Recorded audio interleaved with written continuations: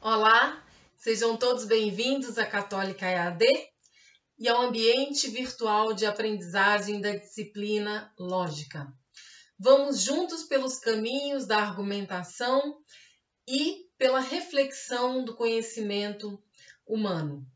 Vocês já perceberam como no nosso cotidiano costumamos fazer diferentes afirmações? E muitas vezes, para fazer essas afirmações, utilizamos a palavra lógica. Nossa, esse arroz está completamente sem sal. É lógico que precisamos colocar mais sal. O que a colega ao lado afirmou não tem lógica. Utilizamos os termos lógica e lógico no nosso dia a dia como sinônimo de evidente, ou óbvio, ou razoável. Como podemos observar, todas as pessoas podem raciocinar corretamente, mesmo que essas pessoas não dominem o conhecimento da lógica. Mas, ao conhecer a lógica, você começa a acessar conscientemente um conjunto de orientações que possibilitam raciocinar de uma forma precisa e coerente. Vamos entender melhor o porquê. O objetivo dessa primeira unidade é dialogar sobre a origem da palavra lógica, a sua relação com a filosofia, conhecer ou iniciar, introduzir a lógica aristotélica ou lógica clássica, identificar a proposição, os tipos de proposição e as funções da proposição no raciocínio, identificar os indicadores de premissas e os indicadores de conclusão. Vamos juntos? A lógica inicia, segundo diferentes autores, com Aristóteles. E no decorrer da história da ciência, da filosofia antiga, da filosofia medieval, da filosofia moderna e principalmente da filosofia contemporânea, vai receber diferentes e novas sistematizações de outros filósofos e pensadores. É importante localizar que a lógica aristotélica era considerada um instrumento que antecede o exercício do pensamento e o exercício da linguagem, e era utilizada para realizar o conhecimento e o discurso. Assim como para Platão, a dialética é um modo de conhecer, para Aristóteles, a lógica ou analítica, como denominava, era um instrumento para conhecer. Como nos mostra a filósofa Marilena Chauí, a lógica aristotélica oferece procedimentos que devem ser empregados naqueles raciocínios que se referem a todas as coisas, as quais possamos ter um conhecimento universal e necessário. E o seu ponto de partida não são opiniões contrárias, mas princípios, regras e leis necessárias e também universais, leis necessárias e universais do pensamento. Como nós vamos observar, a palavra lógica, buscando a etimologia dessa palavra, é um termo grego cuja algumas acepções que nos interessam aqui na disciplina são palavra, discurso, razão e proporção.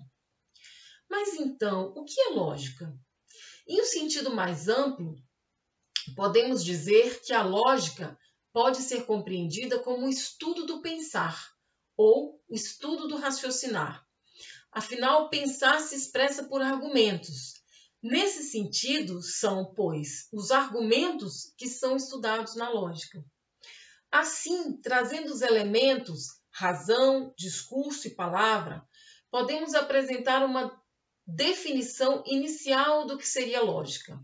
Vamos apresentar a lógica como um estudo da forma do pensar expresso por argumentos. Destacamos que alguns autores argumentam que a lógica, assim como a filosofia, a matemática, a física e outras ciências, não admite uma única definição.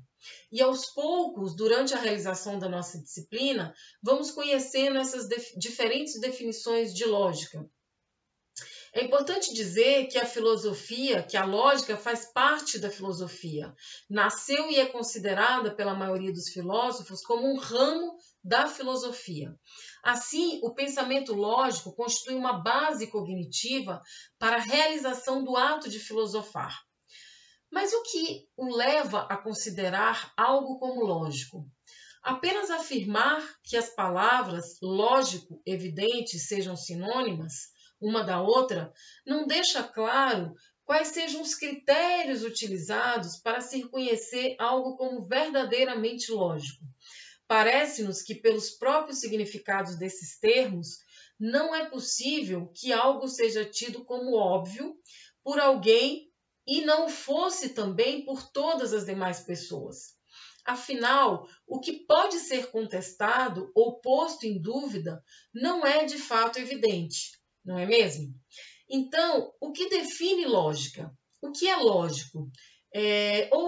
Ou dito de outra forma, se alguém te questionasse algo que foi considerado lógico para você, como você mostraria para essa pessoa que o julga evidente deva ser de fato considerado como tal? Essa é uma das preocupações da lógica, explicar como são construídos os argumentos válidos. Como dissemos no início desse vídeo, Aristóteles foi o fundador da lógica aristotélica ou da lógica clássica. Ele foi o primeiro pensador a tratar de forma sistemática questões lógicas. Por isso, ele é considerado o pai da lógica tradicional.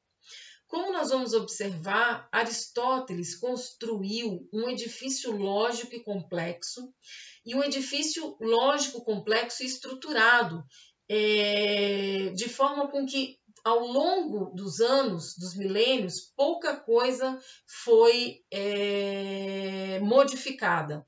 A lógica aristotélica vai partir de três eixos centrais. Ela se apoia num tripé, que seriam o princípio de identidade, ou seja, para toda entidade X, X é idêntico a si mesmo. Em outras palavras, X é igual a X. Sendo X uma entidade qualquer, como, por exemplo, seria o mesmo que dizer que você é você, certo? Então, X é igual a X. Conforme esse princípio, toda entidade é idêntica a si mesma. Assim, podemos dizer que cada árvore é idêntica a si mesma, que João é idêntico a João, que Maria é idêntica a Maria. Enfim, pense em uma coisa qualquer. Pensou? Então, essa coisa é idêntica a si mesma. Esse é um princípio da identidade. O segundo princípio que Aristóteles definiu é o princípio da não contradição. Ou seja, dadas uma proposição e a sua negação, não acontece de ambas serem verdadeiras nem de ambas serem falsas. Esse princípio também é conhecido como o princípio de contradição. Considere uma proposição qualquer. Vamos chamá-la de P. A proposição P e a proposição não P não podem ser ambas verdadeiras, nem podem ser ambas falsas. Por exemplo, vamos pensar as proposições Sócrates é mortal e Sócrates não é mortal. Essas proposições não podem ser verdadeiras ao mesmo tempo e também não podem ser falsas ao mesmo tempo, porque uma está negando a outra. Assim, conforme esse princípio, isto é proibido. Nenhuma proposição pode partilhar do mesmo valor de verdade com a sua negação. O terceiro princípio, elaborado por Aristóteles, vai ser conhecido como princípio do terceiro excluído. Dadas uma proposição e a sua negação, uma delas será verdadeira e a outra falsa. Não há valores de verdade intermediários. O princípio tem esse nome por enunciar a existência de apenas dois valores de verdade. quais sejam verdadeiro e falso. Como nós já dissemos, não existe valores intermediários. Portanto, uma terceira possibilidade está completamente excluída. Dadas as proposições P e não P, uma delas será verdadeira e a outra necessariamente será falsa. Não existe qualquer outra possibilidade de valor de verdade. Por exemplo, se a gente utiliza a proposição chove como sendo verdadeira, então a proposição não chove precisa ser falsa, correto? Vamos falar de novo. Se nós temos a proposição não chove, ou a proposição chove como verdadeira, então a proposição não chove necessariamente precisa ser falsa. Por outro lado, se a proposição chove for falsa, então a proposição não chove necessariamente terá que ser verdadeira. Um outro princípio é o princípio da bivalência. O princípio da bivalência vai dizer que não é propriamente um postulado, mas que é derivado dos princípios de não contradição e do princípio do terceiro excluído. Chama-se, então, princípio da bivalência. Ele vai enunciar que cada proposição possui um e apenas um valor de verdade. Assim, sendo verdadeiro ou falso. Considere uma proposição qualquer. Ou ela é verdadeira ou ela é falsa. Esse princípio será metodologicamente muito importante no decorrer da nossa disciplina. E uma vez compreendidos os princípios lógicos como fundamento da lógica, veremos agora como opera a construção dos argumentos. Vamos iniciar explicando o que pode ser considerado um argumento. Afinal, um argumento pode ser definido como um percurso lógico que vai partir das suas premissas para se chegar a uma conclusão. Quando esse percurso lógico é realizado de um modo dedutivo, então nós teremos um argumento dedutivo.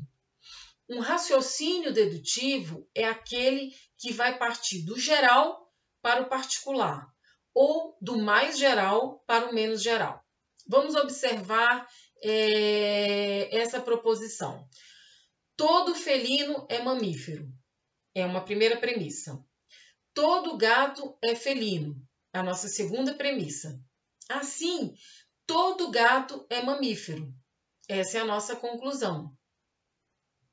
Agora, vamos introduzir o silogismo. O silogismo é um termo filosófico com o qual Aristóteles designa a conclusão deduzida das suas premissas, ou seja, a argumentação lógica perfeita. Assim, é um argumento dedutivo constituído de 3 proposições. Observe que são 3 proposições declarativas, que se conectam de modo que a partir das 2 primeiras é possível extrair ou deduzir uma terceira premissa. Premissa ou proposições, chegando-se sempre necessariamente a uma conclusão. Assim, a gente vai ver que uma premissa A, todo argumento bem formado é um argumento válido. B, todo silogismo é um argumento bem formado. Todo silogismo, então, é um argumento válido. A, B é igual a todo silogismo é um argumento válido. Proposição ou premissa vai ser, então, qualquer afirmação que, dependendo de um contexto, pode receber um ou 2 valores lógicos, quais sejam verdadeiro ou falso. Então, nós temos aqui 4 é par, São Paulo é a capital do Brasil, você é estudioso, 2 é ímpar, lógica é legal. As proposições vão se dividir em dois grupos. O primeiro grupo são o grupo das proposições simples e o segundo, o grupo das proposições compostas. A proposição simples não pode ser subdividida, ou seja, não podemos extrair uma parte dela, que possa ser considerada uma nova proposição.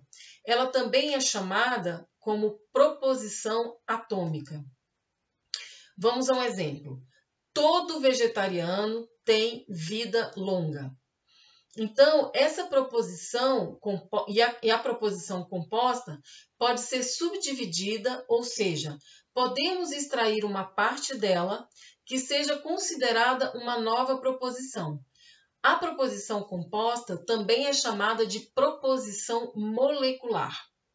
Se tiro uma nota boa na prova, então fico feliz.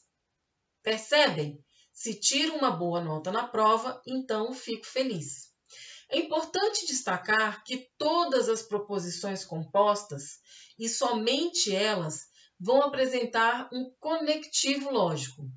O conectivo lógico é um operador lógico que se liga a uma ou mais proposições simples, transformando essas proposições simples em proposições compostas.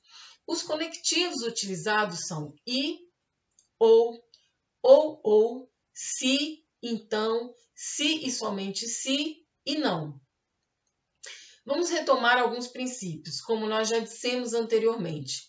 As proposições lógicas seguem alguns princípios. O primeiro princípio, como nós já dissemos, é o princípio da não contradição. Uma proposição não pode ser verdadeira e falsa ao mesmo tempo. O segundo princípio seria o princípio do terceiro excluído. Toda proposição ou é verdadeira ou é falsa. Não existe, portanto, um terceiro valor lógico. Da mesma forma, destacamos que algumas sentenças não podem ser consideradas proposições. Vamos ver algumas delas? Por exemplo, X é ímpar. Por que não pode ser considerada como uma sentença lógica? Porque essa é uma sentença aberta.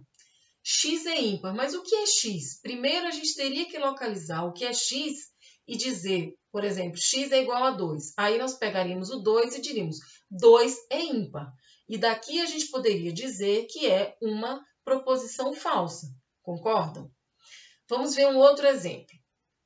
A cidade X é a capital do Brasil. A cidade X também não nos diz muita coisa. Por isso nós dizemos que ela também é uma sentença aberta. Outra proposição que nós vamos considerar como uma sentença aberta. X mais 5 é igual a 8. Percebem? É lógico que nós aqui, usando a matemática, vamos saber que o número que está faltando é o número 3. Mas necessariamente, ainda assim, quando você tem esse número expresso como X, nós vamos ter uma sentença aberta. Então, por isso, ela não é considerada uma proposição. Qual é o seu nome? Também não vamos considerar como sendo uma proposição. Por quê? Porque qual é o seu nome é uma pergunta, não é uma afirmação. E se não é uma pergunta, e se é uma pergunta e não é uma afirmação, nós vamos categorizar como sendo uma sentença interrogativa. E as sentenças lógicas, as proposições lógicas, precisam ser afirmativas. Vamos ver outra? Feche a porta. Feche a porta, nós vamos considerar sendo uma sentença imperativa. Nós não estamos trazendo um valor, nós estamos dando um comando. Feche a porta. Não estamos afirmando nada, estamos dando, como eu disse, um comando. Feche a porta. Por isso, essa é uma sentença considerada imperativa e não uma proposição lógica ou uma premissa lógica. Vamos ver mais uma? Que dia lindo! Que dia lindo não está dizendo se é lindo porque tem flores, se é lindo porque está chovendo, se é lindo porque saiu o sol, ou seja, não existe nenhuma afirmação. É apenas uma sentença exclamativa. E as sentenças exclamativas, da mesma forma, também não são consideradas uma proposição lógica, ou seja, uma premissa lógica da qual a gente pode tirar uma conclusão. Os indicadores de inferência ante o encadeamento de sentenças, como você poderia, então, reconhecer, né? Como que nós vamos reconhecer a existência de um argumento? Qual seria a conclusão e quais seriam as premissas de um argumento? Se Platão não tivesse sido realista, não teria admitido a realidade das ideias. Percebem que nós temos aí uma sentença implícita? Platão admitiu as ideias, a realidade das ideias. E vamos ver a conclusão. Logo, Platão foi um realista. Como nós podemos observar, existem indicadores que nos permitem identificar essas premissas e as suas conclusões. E todo raciocínio vai apresentar pelo menos uma relação de consequência lógica entre as suas premissas e a sua conclusão. Supondo que alunos estudiosos tiram as melhores notas, dado que nós somos estudiosos, então nós tiramos as melhores notas. O indicador de premissa, geralmente, ele antecede o que vai ser indicado por expressões como as seguintes: desde que, uma vez que, se, dado que, pois, porque, vamos supor que, admitindo a hipótese, supondo que. Já os indicadores da conclusão, geralmente também antecede e é indicado por expressões como logo, portanto, concluo, assim, deduzimos, deve, tem que, necessariamente, em consequência, daí decorre que, implica. Então, observe que os indicadores de conclusão geralmente representam a relação de consequência, ou seja, de consequência das premissas que foram anunciadas anteriormente. No entanto, pode haver raciocínios e que não existam esses indicadores de premissas. Também não existam, da mesma forma, um indicador da conclusão. Nesses casos, devemos procurar compreender o sentido do raciocínio, para conseguir distinguir o que são as premissas, as proposições da conclusão. Vamos ver um exemplo? Um exemplo claro de raciocínio sem indicadores lógicos, né? Então, vamos lá. João é filósofo. Todo filósofo é inteligente. Maria, esposa de João, também é inteligente. Perceberam que não há, nesse raciocínio, indicadores de premissa ou indicadores da sua conclusão? Contudo, é fácil da gente perceber que as premissas são: João é filósofo, e a outra premissa é: todo filósofo é inteligente, tornando, então, a única conclusão possível como sendo Maria, esposa de João, também é uma pessoa inteligente. Para finalizar a nossa unidade, vamos lembrar que o silogismo aristotélico é um raciocínio sempre formado por 3 proposições, sendo que as 2 primeiras são chamadas de premissas e a última é convencionalmente chamada de conclusão. No silogismo, a primeira premissa é precedida se. A segunda premissa vai ser precedida de e. e a sua conclusão vai ser precedida de então. Logo, a conclusão é uma consequência lógica das premissas. E as duas proposições ou premissas estão ligadas à proposição conclusão, por uma relação de consequência. Vejam que nesse tipo de raciocínio, o sujeito e o predicado das três proposições estão sempre interrelacionados. Esse é o silogismo aristotélico. Então, ele é apresentado e pode ser representado da seguinte forma. Vamos lá, vamos ver como é? Se todos os homens são mortais, aqui nós temos uma proposição que é uma premissa. E todos os gregos são homens, é a nossa segunda proposição, que também é uma premissa. Então, todos os gregos são mortais. Percebem que a nossa terceira proposição é, então, a conclusão. Vale ainda dizer que a veracidade das premissas não importa para a validade de um argumento lógico.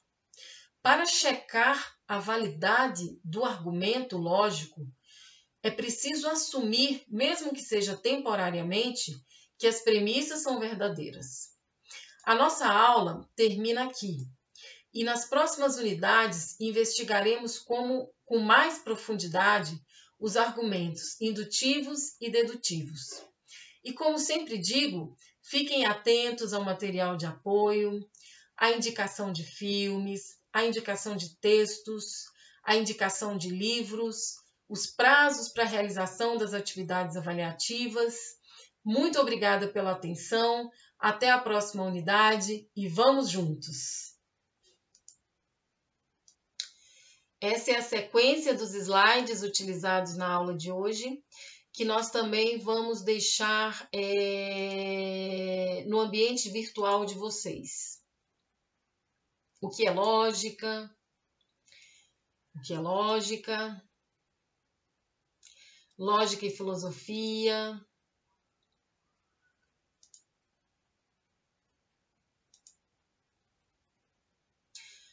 Mostrando que Aristóteles foi o fundador da lógica, mostrando os três princípios da lógica aristotélica, o princípio da identidade, o princípio de não contradição e o princípio do terceiro excluído, o princípio da bivalência, trazendo o conceito de argumento.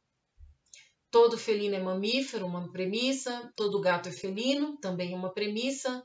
E todo gato é mamífero, é uma conclusão.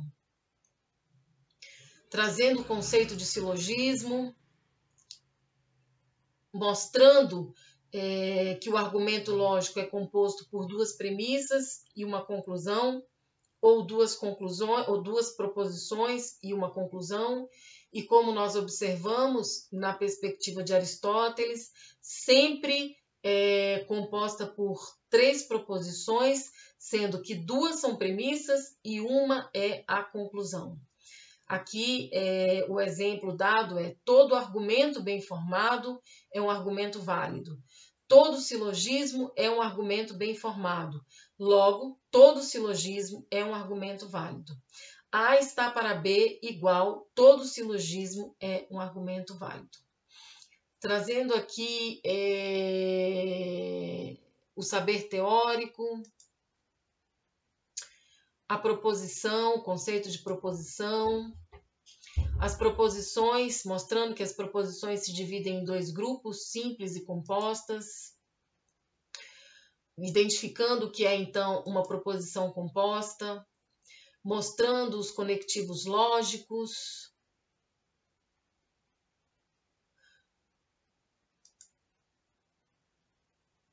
trazendo os indicadores de premissa e mostrando que nem sempre nós teremos raciocínios lógicos, textos, em que a gente tenha de forma clara indicados as suas premissas e as conclusões. O exemplo utilizado na aula de hoje é: João é filósofo, todo filósofo é inteligente, Maria, esposa de João, também é inteligente.